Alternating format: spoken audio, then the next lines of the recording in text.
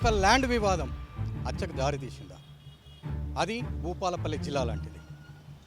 హైదరాబాద్ లాంటి ప్రాంతాల్లో ల్యాండ్ గురించి మర్డర్లు కాదు ఏవైనా జరుగుతాయి. కానీ ఇక్కడ ఒక కౌన్సిలర్ భర్త మర్డర్ అయ్యాడు. ఆ హత్యకు కారణం ఎవరు? కేవలం భూ జాగా గురించి ఈ హత్య జరిగిందనేది ఒక కంప్లైంట్ మాత్రమే, పైకి కనిపిస్తున్నది మాత్రమే. రియల్గా దీని వెనకాల పెద్ద స్కామ్, 1, 2 కాదు, లక్షల కోట్ల స్కామ్.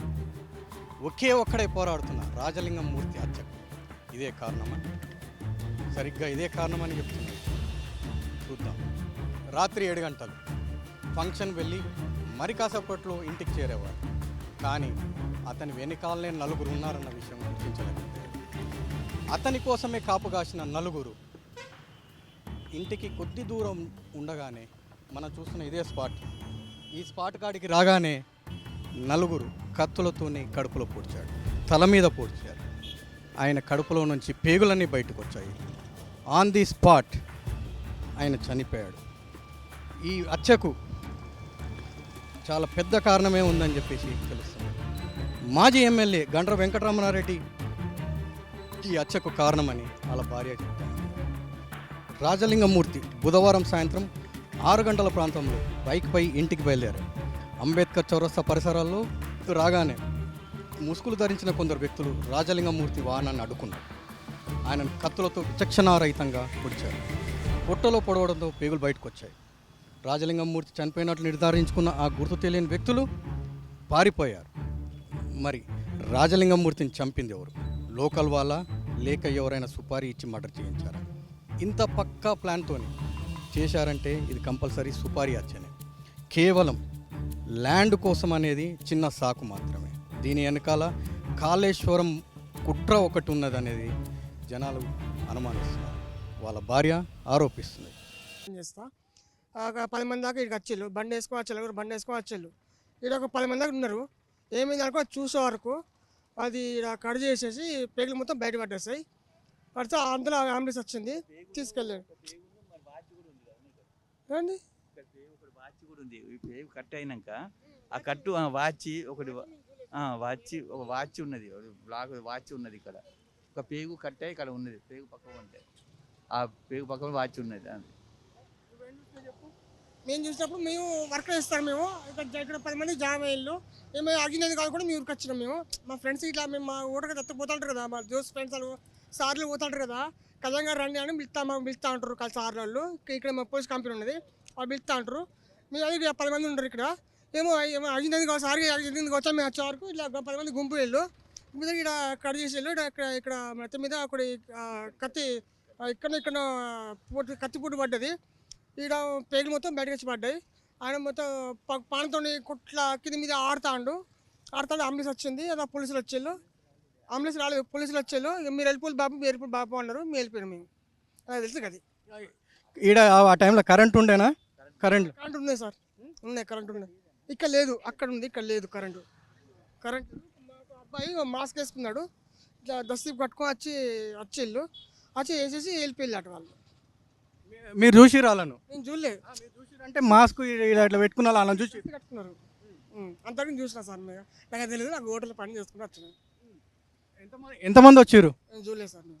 మాస్క్ వేసుకున్నాను అన్నావు కదా, ఒక్కడే మనిషి చూసిన తర్వాత నాకు తెలియదు సార్. నాకు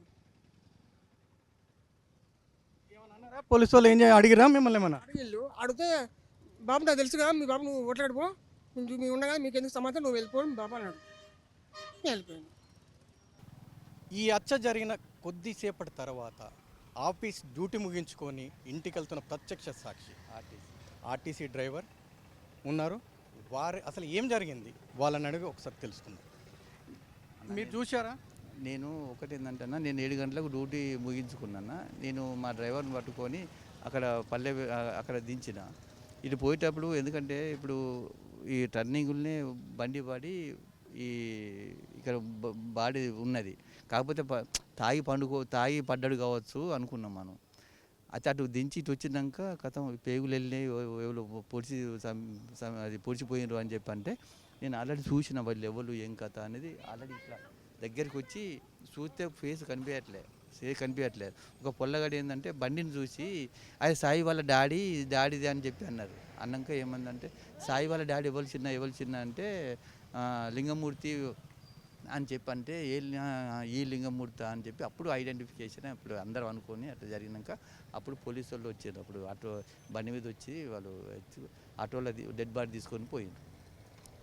మీరు ఇక్కడికి వచ్చిన టైంలో ఎవరన్నా పారిపోతున్న లాంటిది అట్లాంటిది ఏమైనా చూసారా? అప్పుడేం జరగలే. అందరూ వచ్చి ఇక్కడ చాలా మంది ఉన్నారు. చాలా మంది అంటే చాలా అప్పుడే పోలీసు వాళ్ళు వచ్చినప్పుడు అప్పుడే పోలీసు వాళ్ళు వచ్చారు. ఒకడే అతను వచ్చిండు. వచ్చి జరుగురు ఆటోను అక్కడ పోయి ఆటోని తీసుకొచ్చి ఇక వీళ్ళు పట్టుకొని ఆటోలో వేసిండ్రు. అప్పటి వరకు కొంచెం అంటాను. అంటే ఆ టైంలో ఆయనకు ఊపిరి ఉంది, ఇంకా ప్రాణంతో ఉన్నాడు. మరి ఎవరు వెంటనే రియాక్ట్ కాలేదా? అంబులెన్స్ ఫోన్ చేసినట్టు ఇక్కడ వీళ్ళు ఇంకా రాలేదు. వాళ్ళు అప్పటికి రాలే, అంబులెన్స్ రాలే. ఆటోని పట్టుకొని వాళ్ళు పోలీస్ అయినా వెళ్ళిపోయిండ్రు. వాళ్ళు పోలీస్ పట్టుకొని. ఇది ఓన్లీ భూమి హత్య అంటున్నారు. భూమి హత్యనా లేదంటే గండ్ర వెంకటరెడ్డి మాజీ ఎమ్మెల్యేతో ఉన్న గొడవన దేని వాళ్ళ భార్య క్లియర్గా చెప్తున్నది గండ్ర వెంకటరామారెడ్డి మా ఆయనని చంపించారని చెప్పేసి. వాళ్ళు ఇంతకుముందు అతను మా జంగేడే కదా, అంతకుముందు వాళ్ళు టీఆర్ఎస్లో ఉన్నారు. వాళ్ళు ఆయనను మరి జైలుకు పంపించిండ్రు. అదే మనకేం తెలియదు. కాకపోతే ఏంటంటే ఉన్న వాస్తవం అది అన్నట్టు. ఎందుకంటే వాళ్ళు అలా జైలుకు పోయినాక ఈ డీటెయిల్స్ అన్నీ చెప్పి మళ్ళీ వాళ్ళను కూడా పంపించిండ్రు. మనకు అది అంత ఐడెంటిఫికేషన్ ఏం తెలియదు. లింగమూర్తిని ఆల్రెడీ ఒకసారి వెంకటరమణారెడ్డి జైలుకు పంపించిండు. వీళ్ళు పంపించిండ్రు. అది వీళ్ళ ద్వారానే పంపించిండ్రట. వాళ్ళు ఆల్రెడీ పోయింది కదా, జైలుకు పోయిండ్రు. అది అందరికీ నగ్న సత్యమే కదా, మనకేం అంత అదేం కాదు. కాకపోతే ఏంటంటే మళ్ళీ పోయినాక వీళ్ళను కూడా మన అన్ని ఆరోపణలు చేసి మళ్ళీ వాళ్ళని కూడా పంపించింది కదా. అది అట్లా మనకు అంతగా పెద్దగా కానీ ఆల్రెడీ వీళ్ళు పోయినరు, వాళ్ళు పోయినరు కదండి, వాస్తవం అది. ఎందుకంటే ఈయన పోయిండు 6 నెలలు ఉన్నాడు. బయటకు వచ్చినాక వీళ్ళ మీద ఆరోపణలతో రుజువు చేయించుకుని వాళ్ళని కూడా అది చేసి అది అందరికీ చేసిన నగ్న సత్యం మనకు అంత అదన్నట్టు ఫ్యాక్ట్. కూతవేటు దూరంలో జస్ట్ 100 మీటర్లు అంటే 100 మీటర్లు చీకటి కాదు, ఇంకా జనాలు తిరుగుతున్నారు. ఆయన మాటు వేసిన వ్యక్తులు రాజలింగమూర్తిని దారుణంగా మర్డర్ చేశారు. ఆ సమయంలో రోడ్డు పక్కకే ఉన్న షాప్ అతనికి ఈ హత్య గురించి తెలుసా తెలియదా, ఏం జరిగింది ఒకసారి తెలుసుకునే ప్రయత్నం చేద్దాం. ప్రస్తుతం ఆ షాప్ ఓనర్ సైజాద్ ఉన్నాడు. ఆయన అడిగి అసలు ఏం జరిగింది ఒకసారి తెలుసుకుందాం. भाई आप इधर मटर हुआ, अब वो टाइम पे इधर है? मैं इधर है अपनी शॉप को, इधर कस्टमर है मेरे पास। कस्टमर है तो उधर से एक आदमी आए, ये बोला भैया इधर मर्डर हो गया। वो उधर पूरा भीड़ जमा था। जब वो आके बोला हमें पूरा भीड़ जमा था, बहुत ज़्यादा पब्लिक थी। तो फिर जो मेरे पास कस्टमर था वो भी उधर चले गया। हमने भी देखा जाके, फिर हम वापस आ गए। मेरा थोड़ा तबीयत डाउन सा हो गया, फिर मैं टैबलेट लेने के लिए चलेगा। हमने जब शॉप क्लोज कर दिया। वो टाइम पे कुछ करंट कट हुआ? नहीं, हमारे पास करंट है, करंट नहीं है। करंट है वो टाइम पे। कोई 4 लोग कोई अनजान लोग दूसरा जैसा गाड़ी पे ऊपर कोई आया इधर? वो उस टाइम पे हमारे पास कस्टमर थे, हमने नहीं देखा कुछ भी। हमें तो बल्कि एक कस्टमर आया, उसने बोला भैया इधर मर्डर हो गया। जब हमने देखा उधर पूरी भीड़ थी और हमने कुछ भी नहीं देखा। भाई कौन आया, कौन मार के गया, कैसे हुआ कैसे नहीं, और आवाज़ भी नहीं आई उधर से, हल्ला भी नहीं आया भाई ये हो गया वो हो गया, कुछ भी नहीं। खाली भीड़ जमा है, बस देखा, हम देखे तुरंत वापस आ गए। फिर पुलिस आ गई, वो उठा के लेके चले गए। वो टाइम पे करंट कट नहीं हुआ आपके पास है, मगर उधर कट रोड के ऊपर ये लाइन में मेरे हिसाब से कट है, वो लाइन कट है करंट, उस तरफ लाइन कट है। हाँ इस तरफ नहीं है। అచ్చా, ఇతను చెప్తున్నది ఏంటంటే రోడ్డుకి అవతల వైపు మర్డర్ జరిగింది. ఆ మర్డర్ టైంలో అటు సైడ్ కరెంట్ తీసేశారని. ఈ షాప్ అతని దగ్గర మాత్రం కరెంట్ ఉంది. हाँ। उस तरफ करंट बंद है। हाँ। आपको कैसे मालूम हुआ? बता बोल रहे आदमी भाई करंट कट हो गया उधर। हाँ नहीं, आप वहाँ तक जाके आया कुछ? वो तो जब पुलिस आई जब गए, फिर हम वापस आ गए। वो पुलिस वाले उठा के लेके चले गए उनको। वो स्पॉट आप देखा कुछ वहाँ तक जाके कुछ देखा? वो मर्डर वो है ना, वो जब हमारे पास आदमी आए उधर से, बहुत ज़्यादा भीड़ थी, जब देखे था हमने जाके वो पूरा उधर ये पूरा कट करके था, फिर हम वापस भाग गया। हाँ, वापस आ गए। షాప్ అతను క్లియర్గా చెప్తున్నాడు, కరెంట్ ప్రీ ప్లాన్ మర్డర్ లాగా మనకు నీట్గా ఎంత నీట్గా చేశారంటే ప్లాన్ వేసి నలుగురు అతని ఫాలో అయ్యి ఇక్కడికి రాగానే రోడ్డు అవతల మనం చూస్తున్నాం, రోడ్డుకి అవతల కరెంటు తీసేశారు, రోడ్డుకి ఇతల కరెంట్ ఉన్నది. కరెంటును తీసేసి అతను వచ్చినది దారిని గుర్తుపెట్టుకొని ఓ ఫంక్షన్కి వెళ్ళి వస్తుంటే అతని వెంటాడి చూసుకొని స్పాట్ని డిసైడ్ చేసి అటు సైడ్ కరెంట్ పోగానే, కరెంట్ పోవడం కాదు తీసేశారని తెలుస్తున్నది నీట్గా. ఎందుకంటే ఒక సైడ్ కరెంట్ లేదు, ఒక సైడ్ కరెంట్ ఉంది. దీన్ని బట్టే తెలుస్తున్నది ప్రీ ప్లాన్ మర్డర్. కేవలం ఒక ల్యాండ్ విషయానికి ఈ మర్డర్ జరిగిందనేది ఒక అభూత కల్పన మాత్రమే. ప్రజెంట్ రాజలింగమూర్తి ఇంటి పక్కకు ఉన్న వ్యక్తి మనతో పాటు ఉన్నారు. అసలు రాజలింగం క్యారెక్టర్ ఏంటి, అతను ఎలా ఉంటాడు, ఒక్కసారి ఆయన అడిగి తెలుసుకుందాం. సార్ చెప్పండి, రాజలింగమూర్తి ఎట్లా ఉంటాడు? రాజలింగమూర్తి నాగవెల్లి, ఆయనే మా వాడల కానీ మన భూపాలపల్లి కానీ నాకు తెలిసినంత వరకు అయితే మంచి వ్యక్తే. బయట ఏం జరుగుతుందో నాకైతే తెలియదు. నేను అంత ఇంటర్నల్గా కానీ బాటంగా కానీ పెద్దగా ఏం లేదు, మాతోని కలివిడిగా ఉంటాడు. ఏది మన వినాయక చవితి ఎగపడి కావచ్చు, ఏదైనా సంబరాలు కావచ్చు, మైసమ్మ చేసినాడు, ఇట్లాంటివి ఉంటాయి కదా, అప్పుడు మేము అందరం కలిసిమెలిసి ఉంటాం. అంతవరకే తెలుసు. మీ ఇంటి పక్కకి ఇల్లే కదా ఆయనది? పక్క ఇల్లు. ఓకే, అక్కడ ఈయన మీద ఏమన్నా నెగిటివ్ కానీ అట్లాంటివి ఏమన్నా ఉండేదా, ఈ కొన్ని ఆరోపణలు అనేది? ఆయనకు మరి బయట ఏం జరిగేదో నాకంత తెలియదు, ఎందుకంటే నేను సరిగా ఇంటి దగ్గర ఉండను. నేను చిన్న అంగళ్ళ అట్లా అమ్ముకొని నేను బయట తిరిగే మనిషిని, పెద్దగా నాకు అంత లేదు. కానీ మా వాడలో కావచ్చు బయటనైతే మంచిగానే ఉంటాడని తెలుసు. అవి ఏం కారణాలు మరి ఎందుకు జరిగిందో అదైతే వాస్తవంగా నాకు తెలియదు.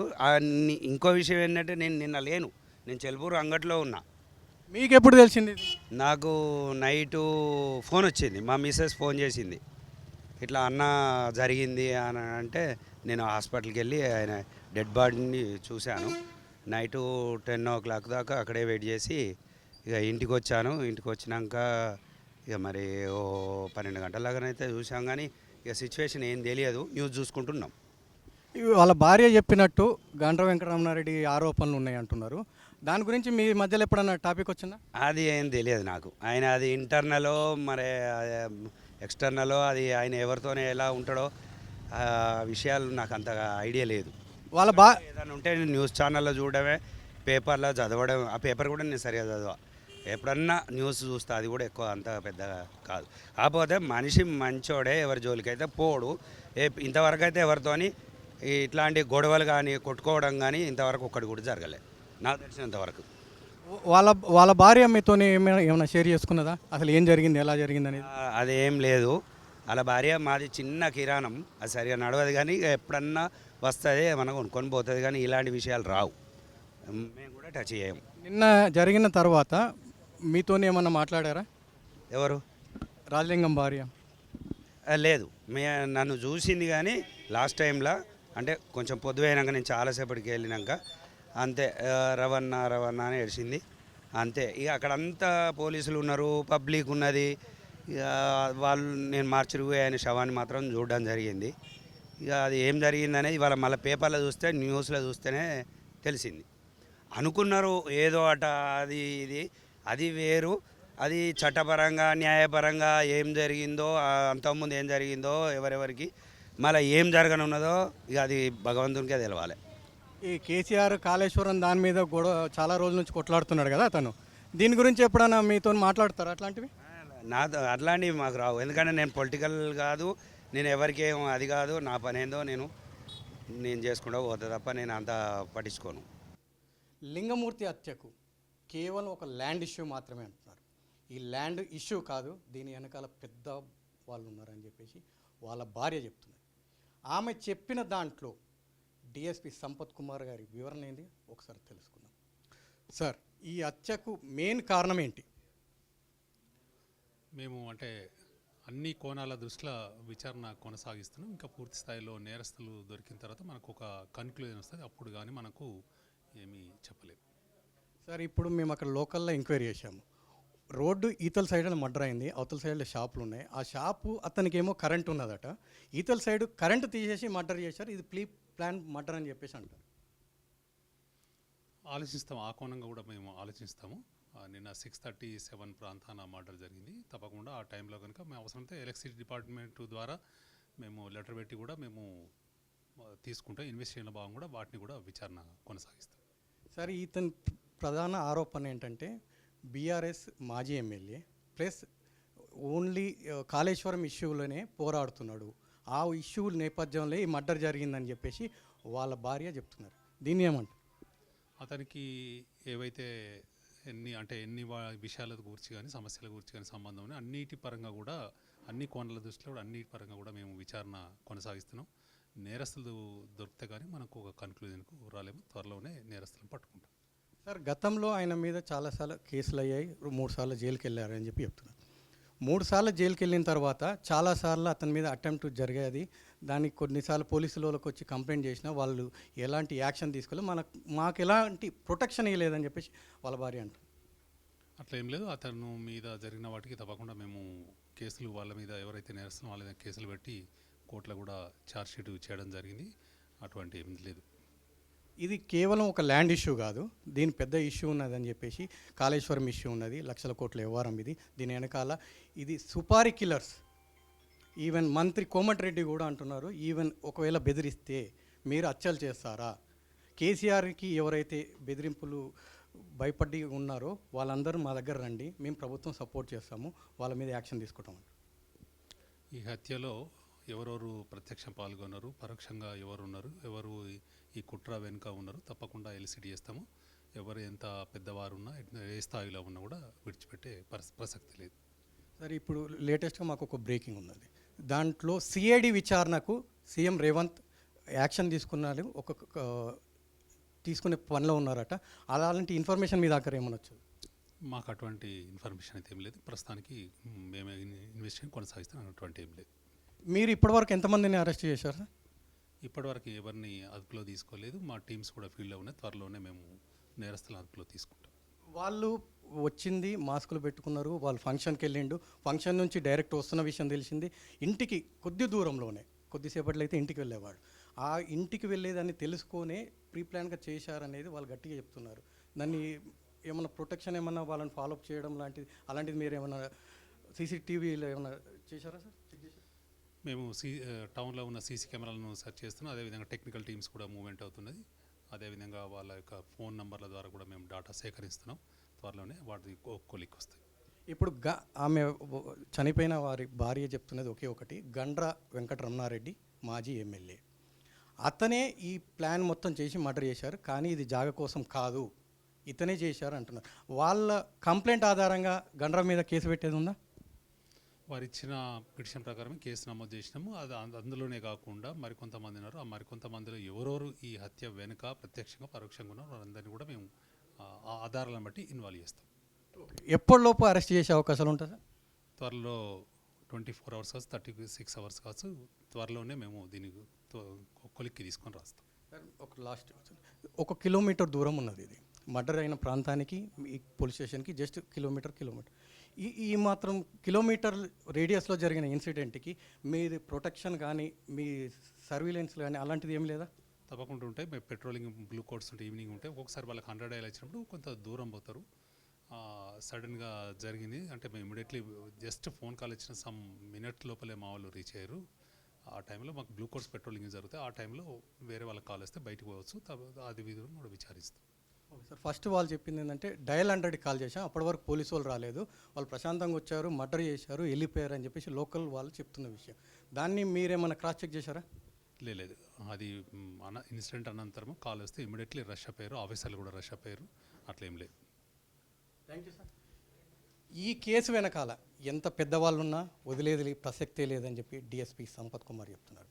త్వరలో దీని వెనకాల ఎంత పెద్దవాళ్ళున్నా వదిలేదే లేదంటున్నారు.